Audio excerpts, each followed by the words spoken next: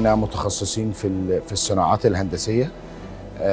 بنطلع منتجات جديدة كلها فيها تكنولوجيا، مش بس شيت ميتال.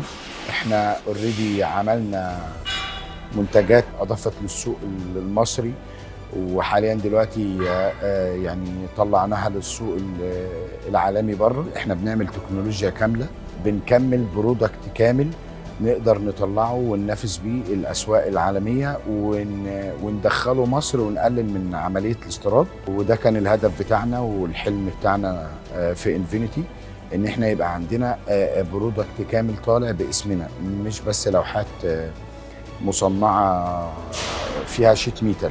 لا، احنا ادخلنا منتجات كتيرة فيها تكنولوجيا الاي اي، كلها ذكاء اصطناعي وتحكم عن بعد، في مجال طبعا الكهرباء والتليكوم والالكتروميكانيك كامل والاير كونديشن والفري كولينج.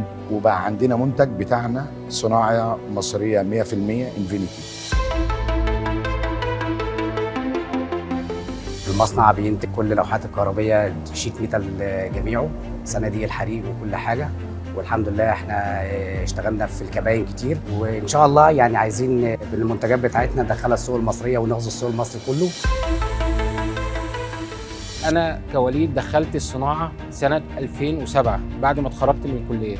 بدأنا نخش في المشاريع القومية ومشاريع حياة كريمة والمصرية للاتصالات والعاصمة الإدارية والمطارات اللي بتتنشئ والمونوريل ومترو الأنفاق. الحمد لله كان حجم شغلنا في الفترة دي كان كبير جدا، والحمد لله كان الدنيا كويسة.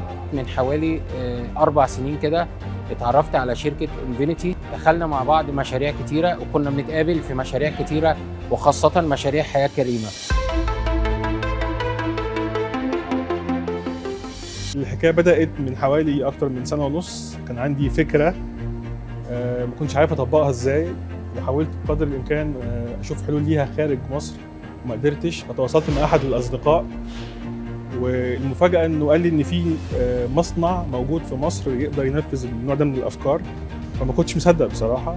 اشتغلت على التصميم واديته له وقلت خلاص مش مشكلة، خلينا نشوف إيه اللي ممكن يحصل يعني.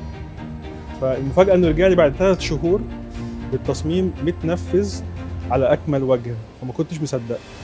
فقلت له أنا لازم بنفسي أنزل مصر وأشوف المصنع وأشوف إمكانياته وأشوف الناس اللي شغالة فيه، لأن عندي بدل الفكرة 10 وعندي برودكت كتيرة جدا محتاج أنفذها. فلما نزلت المصنع وجيت شفت الشباب هنا اهوت، فوجئت بالإمكانيات الموجودة وبالكفاءات والقدرات الموجودة عند المهندسين والتكنيشن الموجودين في المصنع هنا اهوت. البرودكت بدأ بمنتج واحد، حاليا احنا عندنا أكتر من حوالي 5 أو 6 منتجات كان من الصعب جدا تنفيذهم في أماكن كتير خارج مصر، والمفاجأة إن احنا قدرنا ننفذهم بتفاصيل دقيقة جدا.